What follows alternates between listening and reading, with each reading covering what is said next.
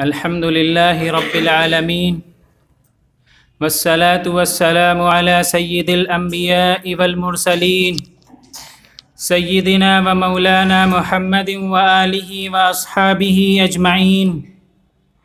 أما بعد، فقد قال الله تبارك وتعالى في القرآن المجيد والفرقان الحميد: أعوذ بالله من الشيطان الرجيم. بسم الله الرحمن الرحيم. كل نفس ذائقة الموت وإنما توفون أجوركم يوم القيامة فمن زحزح عن النار وأدخل الجنة فقد فاز وما الحياة الدنيا إلا متاع الغرور. صدق الله العلي العظيم. وعن عبد الله بن عمر رضي الله تعالى عنه قال: أخذ رسول الله صلى الله عليه وسلم بمنكبي فقال: كن في الدنيا كأنك غريب أو عابر سبيل، أو كما قال عليه الصلاة والسلام. رب اشرح لي صدري ويسر لي أمري واحلل عقدة من لساني يفقه قولي. رب اشرح لي صدري ويسر لي أمري واحلل عقدة من لساني يفقه قولي. محترم اساتذہ کرام اور معزز حاضرین، میں نے جو آیت کریمہ آپ حضرات کے سامنے تلاوت فرمائی ہے، اس میں اللہ رب العزت آخرت کے مضمون کو بیان فرما رہے ہیں. اللہ رب العزت بیان فرما رہے ہیں: کل نفس ذائقۃ الموت، ہر نفس کو موت کا مزہ چکھنا ہے. وَإِنَّمَا تُوَفُّونَ أُجُورَكُمْ يَوْمَ الْقِيَامَةِ، اور بلا شبہ تمہیں تمہارے کیے کا بدلہ قیامت کے دن پورا پورا دیا جائے گا. فَمَنْ زُحْزِحَ عَنِ النَّارِ وَأُدْخِلَ الْجَنَّةَ فَقَدْ فَازَ، بس جو شخص تم میں سے جہنم سے بچا لیا گیا اور جنت میں داخل کر دیا گیا، یقیناً وہ کامیاب ہے. وَمَا الْحَيَاةُ الدُّنْيَا إِلَّا مَتَاعُ الْغُرُورِ، اور یہ دنیاوی زندگی نہیں ہے محض دھوکے کی جگہ، یعنی یہ دنیا محض دھوکے کی جگہ ہے.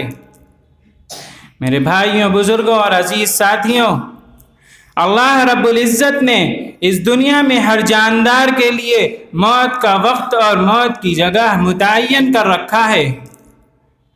اس کے بارے میں کسی بھی فرقے کو، کسی بھی جماعت کو یا کسی بھی شخص کو شک نہیں ہے کہ اس بارے میں ہر ایک کو یہ یقین ہے کہ موت آ کر رہے گی. موت ایک ایسی چیز ہے کہ جب اس کا وقت آ جاتا ہے تو وہ کسی چیز کو نہیں دیکھتی. وہ نہیں دیکھتی کہ کون کتنی بادشاہت کا مالک ہے، کون کتنے بڑے مرتبے پر فائز ہے، کون کتنا مالدار ہے، یہاں تک کہ کون اللہ کے راستے میں ہے اور کون گھر پر ہے.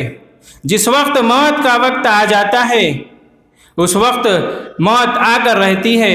اس کو قرآن پاک میں اللہ رب العزت نے ارشاد فرمایا: فَإِذَا جَاءَ أَجَلُهُمْ لَا يَسْتَأْخِرُونَ سَاعَةً وَلَا يَسْتَقْدِمُونَ، کہ جب موت کا متعین وقت آ جاتا ہے تو نہ اس میں ایک ساعت مؤخر ہوتی ہے نہ اس میں ایک ساعت مقدم ہوتی ہے. جس حال میں ہم ہوں گے ہمیں اسی حال میں اس دنیا سے جانا پڑے گا. میرے بھائیوں اور بزرگوں، یہ ایک ایسی حقیقت ہے کہ موت ایک ایسی حقیقت ہے کہ اس کو کسی بھی چیز سے ٹالا نہیں جا سکتا. اگر موت کو حکومت کے ذریعے ٹالا جا سکتا تو فرعون کو کبھی موت نہ آتی. اگر موت کو مال و دولت کے ذریعے ٹالا جا سکتا تو قارون کو کبھی موت نہ آتی. اگر موت کو وزارت کے ذریعے ٹالا جا سکتا تو کبھی حامان کو موت نہ آتی. اگر موت کو حکمت و دانائی سے ٹالا جا سکتا تو حضرت لقمان علیہ السلام کو کبھی موت نہ آتی. اگر موت کو محبت کے ذریعے ٹالا جا سکتا تو کبھی بھی ماں اپنے گود میں پڑے ہوئے اپنے معصوم بچے کو مرنے نہ دیتی. الغرض موت کو کسی بھی طریقے سے ٹالا نہیں جا سکتا. انسان جہاں کہیں بھی ہوگا، اگر اس کی موت کا وقت آ جائے گا تو وہ اس کو آ پکڑے گی، وہ اس کو آ پہنچے گی، وہ اسے چھوڑ نہیں سکتی۔ انسان ایک لمحے میں اس دنیا فانی سے رخصت ہو کر اس دنیا باقی کی طرف رخصت ہو جاتا ہے۔ لہٰذا ہمیں غور کرنا چاہیے کہ ہم اس دنیا میں کیوں آئے ہیں۔ کیا اللہ رب العزت نے ہمیں اس دنیا میں ایسے ہی پیدا کر دیا ہے، یا اللہ رب العزت نے کسی مقصد کو لے کر ہمیں اس دنیا میں پیدا کیا ہے؟ جب ہم قرآن سے پوچھتے ہیں کہ کیا اللہ نے ہمیں اس دنیا میں ایسے ہی پیدا کیا ہے، تو قرآن کہتا ہے افحسبتم انما خلقناکم عبثا وانکم الینا لا ترجعون۔ کیا تم نے یہ گمان کر رکھا ہے کہ ہم نے تم کو یوں ہی بیکار پیدا کر دیا ہے، تم ہمارے پاس لوٹ کر واپس نہیں آؤ گے؟ میرے بھائیوں، بزرگوں اور دوستوں، اس سے معلوم ہوتا ہے کہ ہم اس دنیا میں بیکار نہیں پیدا کیے گئے ہیں، بلکہ اللہ رب العزت نے ہمیں اس دنیا میں کسی مقصد کو لے کر بھیجا ہے۔ وہ مقصد کیا ہے؟ جب ہم قرآن کو مخاطب کر کے پوچھتے ہیں کہ وہ مقصد کیا ہے، تو قرآن ہم سے کہتا ہے وَمَا خَلَقْتُ الْجِنَّ وَالْإِنسَ إِلَّا لِيَعْبُدُونَ۔ اللہ رب العزت فرماتے ہیں کہ ہم نے انسانوں کو اور جناتوں کو اس دنیا میں اپنی عبادت کے لیے پیدا کیا ہے۔ میرا بھائیوں، بزرگوں اور دوستوں، ہمیں اس مقصد کو سامنے رکھ کر اپنی زندگی گزارنی چاہیے، جس مقصد کے تحت اللہ رب العزت نے ہمیں اس دنیا میں بھیجا ہے، اللہ رب العزت نے ہمیں اس دنیا میں پیدا کیا ہے، اس مقصد کو سامنے رکھ کر ہمیں اپنی زندگی گزارنی چاہیے۔ جس طرح اللہ کے رسول صلی اللہ علیہ وسلم نے اس دنیا میں زندگی گزارنے کو اس حدیث میں بیان فرمایا کہ اللہ کے رسول صلی اللہ علیہ وسلم نے ارشاد فرمایا کن فی الدنیا کأنک غریب او عابر سبیل، کہ تم دنیا میں اس طرح سے زندگی گزارو جیسے کوئی پردیسی زندگی گزارتا ہے یا راہ چلتا ہوا مسافر۔ اس کا مطلب یہ ہے کہ جس طرح مسافر پردیس کو اپنا وطن اصلی نہیں سمجھتا، پردیس میں مسافر اپنے لیے لمبی چوڑی تیاری نہیں کرتا، اپنے آسائش کے لیے لمبی چوڑی تیاری نہیں کرتا، اسی طریقے سے مومن کو بھی چاہیے کہ وہ اس دنیا کو پردیس سمجھے، اس دنیا کو اپنا وطن اصلی نہ سمجھے، اس دنیا کو اپنا وطن اصلی نہ سمجھے۔ میرے بھائیوں، بزرگوں اور دوستوں، مومن کا اصلی وطن یہ دنیا نہیں ہے، مومن کا اصلی وطن تو جنت ہے، مومن کا اصلی وطن تو جنت ہے۔ اللہ رب العزت نے ہمیں اس دنیا میں اس جنت کی اس آخرت کی تیاری کے لیے بھیجا ہے، اس دنیا میں ہم آخرت کی تیاری کے لیے آئے ہیں۔ اللہ رب العزت، اللہ کے رسول صلی اللہ علیہ وسلم نے حدیث پاک میں ارشاد فرمایا کہ یہ دنیا مومن کے لیے قید خانہ ہے۔ الدنیا سجن المؤمن، یعنی دنیا مومن کے لیے قید خانہ ہے۔ ہم سب اچھی طریقے سے جانتے ہیں کہ قید خانے میں آدمی کس طریقے سے رہتا ہے۔ قید خانے میں آدمی جس کی قید میں ہوتا ہے اس کی ماتحتی میں زندگی گزارتا ہے، جس وقت وہ جو حکم دیتا ہے اس وقت میں اس کے اوپر وہ کام کرنا لازم ہوتا ہے، آدمی اس سے بچ نہیں سکتا۔ آدمی کو یہ معلوم ہوتا ہے کہ اگر ہم اس وقت میں یہ کام نہیں کریں گے تو ہمارے لیے سزا ہوگی، تو ہمیں جس کے قید میں ہے وہ ہمیں سزا دے گا۔ اس دنیا میں ہم قید خانے میں ہیں۔ اللہ کے رسول صلی اللہ علیہ وسلم نے اس دنیا کو قید خانہ قرار دیا ہے۔ جس طرح مسافر کے سامنے جس طرح مسافر اپنے سفر کے اندر اپنے مقصد کو سامنے رکھ کر اپنے ایام کو اور اپنے اوقات کی حفاظت کرتا ہے اور اپنے مقاصد کو پورا کرنے کی طرف متوجہ رہتا ہے، اسی طرح مومن بندے کو چاہیے کہ وہ اپنے سامنے جس مقصد کے لیے اللہ رب العزت نے اس دنیا میں ہمیں بھیجا ہے اس مقصد کو سامنے رکھ کر اپنی زندگی کو گزاریں، اس مقصد کو سامنے رکھ کر اپنی زندگی کو گزاریں۔ آج ہمارا حال یہ ہے کہ ہم کہتے ہیں کہ کل سے نیک بن جائیں گے، کل سے نیک کام کرنا شروع کر دیں گے، کل سے گناہوں کو چھوڑ دیں گے۔ میرے بھائیوں، بزرگوں اور دوستوں، یہ ہمارا کل کبھی آنے والا نہیں ہے، یہ ہمارا کل کبھی آنے والا نہیں ہے، یہاں تک کہ ہمیں موت آ جائے گی، موت ہمیں آ دبوچے گی، لیکن ہمارا کل نہیں آئے گا۔ اس دنیا میں اللہ رب العزت نے ہمیں امتحان کے لیے بھیجا ہے، جس کا وعدہ ہم نے عہد الست میں کیا تھا۔ اللہ رب العزت نے ہم سب کو مخاطب کر کے فرمایا تھا، پوچھا تھا الست بربکم، کیا میں تمہارا رب نہیں ہوں؟ تو اس وقت ساری روحوں نے بیک زبان ہو کر کہا تھا قالوا بلا، کیوں نہیں، آپ ہی ہمارے رب ہیں۔ اس کے بعد اللہ رب العزت نے ہمیں اس دنیا میں بھیجا تاکہ اللہ رب العزت ہمیں آزمائے کہ کون اپنے وعدے کے اندر کتنا سچا ہے، کون اپنے وعدے کے اندر کتنا سچا ہے۔ میرے بھائیوں، بزرگوں اور دوستوں، یہ دنیا آزمائش کی جگہ ہے، یہ دنیا سیرگاہ اور تماشا گاہ نہیں ہے، بلکہ یہ امتحان گاہ ہے، بلکہ یہ امتحان گاہ ہے۔ اور یہ امتحان کیسا ہے؟ یہ امتحان ایسا ہے کہ اللہ کے رسول صلی اللہ علیہ وسلم نے اس کے سوالات بھی ہمیں بتا دیے ہیں۔ اللہ کے رسول صلی اللہ علیہ وسلم نے امتحان کے پرچے میں آنے والے سوالات بھی ہمیں بتا دیے ہیں۔ اللہ کے رسول صلی اللہ علیہ وسلم ارشاد فرماتے ہیں ما تزال قدم عبد یوم القیامت حتی یسأل عن اربع،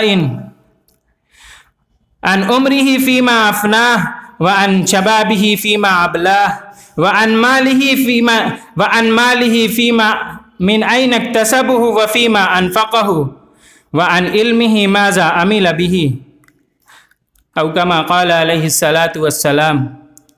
اللہ کے رسول صلی اللہ علیہ وسلم فرماتے ہیں کہ قیامت کے دن بندے کا قدم میدان محشر سے اس وقت تک ٹل نہیں سکتا جب تک کہ اس سے 4 سوالات نہ ہو جائیں۔ وہ 4 سوالات کیا ہیں؟ اللہ کے رسول صلی اللہ علیہ وسلم ارشاد فرماتے ہیں، پہلا سوال ہے ان عمرہ فیما افناہ۔ اللہ رب العزت پوچھے گا اپنے بندوں سے کہ بتاؤ میں نے جو تمہیں عمر دی تھی تم نے وہ کہاں خرچ کی، میں نے تمہیں جو زندگی دی تھی اس کو کس کام میں لگایا۔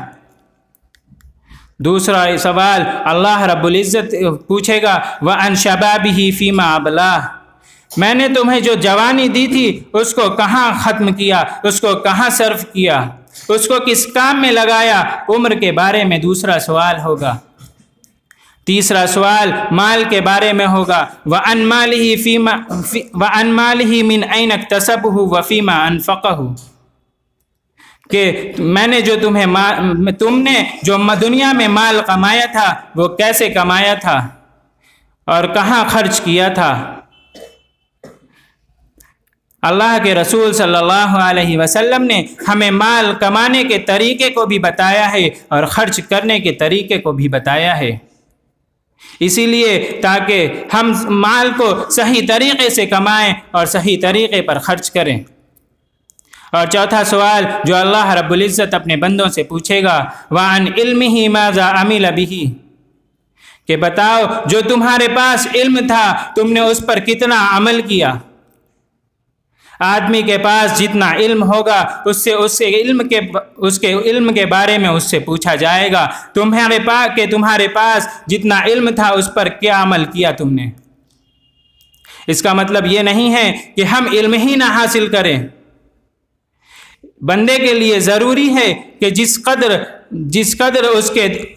قدر علم اس کے دین کے لیے ضروری ہے، اس کی روزمرہ زندگی گزارنے کے لیے ضروری ہے، اتنا علم حاصل کرے اور اس پر عمل کرے۔ میرے بھائیوں، بزرگوں اور دوستوں، آج ہم ہر کام کو کل کے اوپر ٹال دیتے ہیں۔ آج ہمارے اندر یہ خرابی پائی جاتی ہے کہ ہم ہر کام کو کہتے ہیں کہ کل سے کریں گے۔ حضرت امام غزالی رحمۃ اللہ علیہ نے ایک واقعہ ایک مثال دے کر اس بات کو سمجھائی ہے۔ امام غزالی رحمۃ اللہ علیہ فرماتے ہیں کہ ایک بادشاہ کا ایک باغ تھا، ایک بادشاہ کا ایک باغ تھا جس کے کئی درجے تھے۔ بادشاہ نے ایک شخص کو بلایا اور اسے ٹوکری دے کر یہ بات کہی کہ تم اس ٹوکری کو لے کر میرے باغ میں داخل ہو جاؤ، تم ٹوکری کو لے کر میرے باغ میں داخل ہو جاؤ اور میرے لیے وہاں سے عمدہ پھل توڑ کر لاؤ، تمہیں انعام سے نوازا جائے گا، مگر شرط یہ ہے کہ جس درجے سے تم گزر جاؤ گے اس درجے میں تمہیں واپس لوٹ کر نہیں آنا ہے، اس درجے میں تمہیں واپس لوٹ کر نہیں آنا ہے۔ تو اس شخص نے کہا کہ یہ تو کوئی بڑی بات نہیں ہے، چنانچہ وہ ٹوکری لے کر اس باغ میں داخل ہو گیا۔ جب وہ باغ کے پہلے درجے میں داخل ہوا تو اس نے درختوں کی طرف نظر اٹھائی تو دیکھا کہ اس کے من موافق پھل نہیں ہیں، تو اس نے وہاں سے پھل نہیں توڑے اور اگلے درجے کی طرف منتقل ہو گیا، اگلے درجے میں چلا گیا۔ جب وہ اگلے درجے میں پہنچا تو کیا دیکھتا ہے کہ وہاں پہلے درجے سے بہتر پھل ہیں،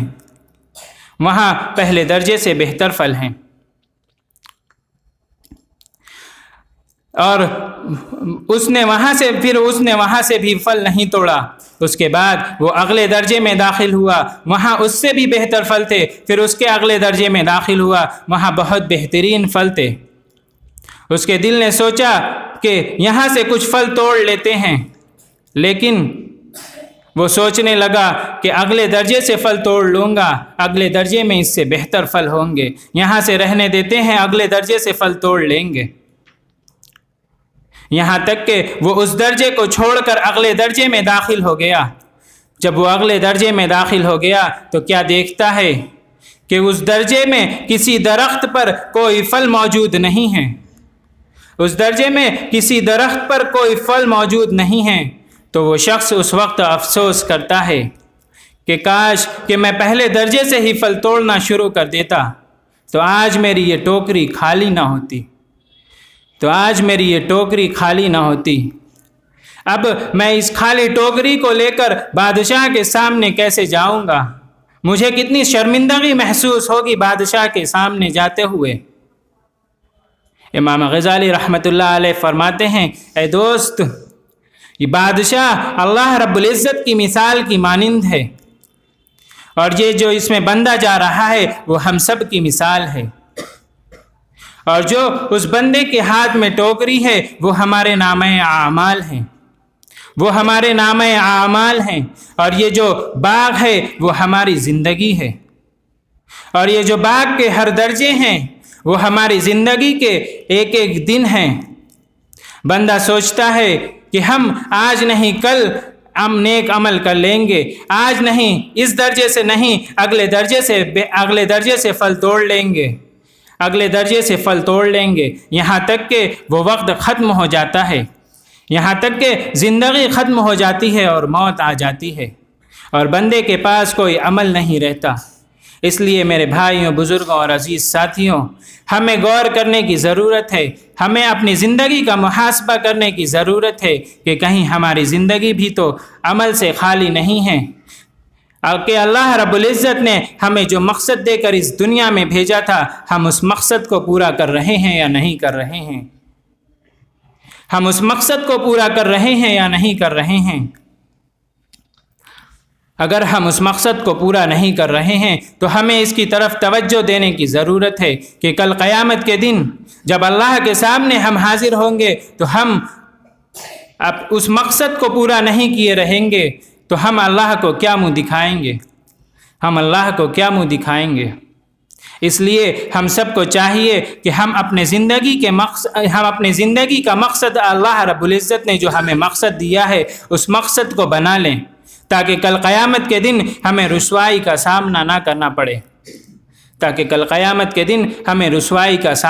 کرنا پڑے۔ اللہ رب العزت ہم سب کو کہنے سننے سے زیادہ عمل کی توفیق مرحمت فرمائے اور آخرت کی تیاری کرنے کی توفیق مرحمت فرمائے۔ وآخر دعوانا الحمد للہ رب العالمین۔